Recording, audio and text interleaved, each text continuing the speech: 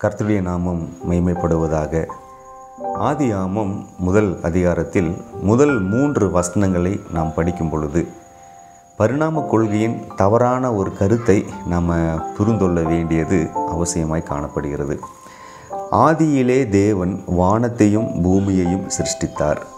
பூமியானது ஒழுங்கின்மையும் வெறுமையுமாயிருந்தது. ஆழத்தின் மேல் இருள் இருந்தது.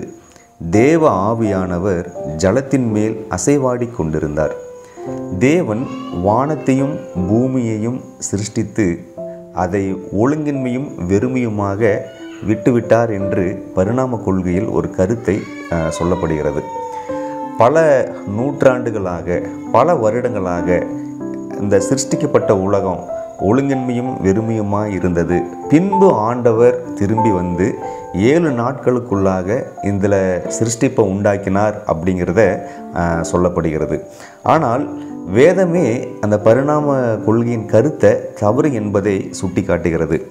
யாத்திராகமம் 20ஆம் அதிகாரத்திற்கு நம்ம கடந்து செல்லும் பொழுது தேவன் இஸ்ரவேல் ஜனங்களுக்கு 10 பிரமாணத்தை எழுதி கொடுத்த பொழுது, குறிப்பாக ஓய்வு நாள் பிரமாணமாகிய 4ஆம் பிரமாணத்தை அவர் எழுதி கொடுத்த பொழுது வசனம் 11 வாசிப்போம் என்று சொன்னால், எப்படி ஆண்டவர் உண்டாக்கினார், எத்தனை நாட்களில் வானத்தையும் பூமியும் அதில் எல்லாவற்றையும் உண்டாக்கினார் என்பதை தேவன் மிகவும் தெளிவாக சொல்லுகிறத நம்ம பார்க்க முடியும். வசனம் 11, கர்த்தர் 6 நாளைக்குள்ளே வானத்தையும் பூமியையும் சமுத்திரத்தையும் அவைகளுள்ள எல்லாவற்றையும் உண்டாக்கி 7ஆம் நாளிலே ஓய்ந்திருந்தார்.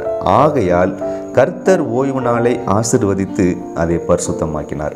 தேவன் மிகவும் தெளிவாக அவரே சொல்கிறாரு, இந்த வானத்தையும் பூமியையும் 6 நாளைக்குள்ளே தான் எல்லாவற்றையும் உண்டாக்கி சிருஷ்டித்து 7ஆம் நாளில் ஓய்ந்திருந்தேன்.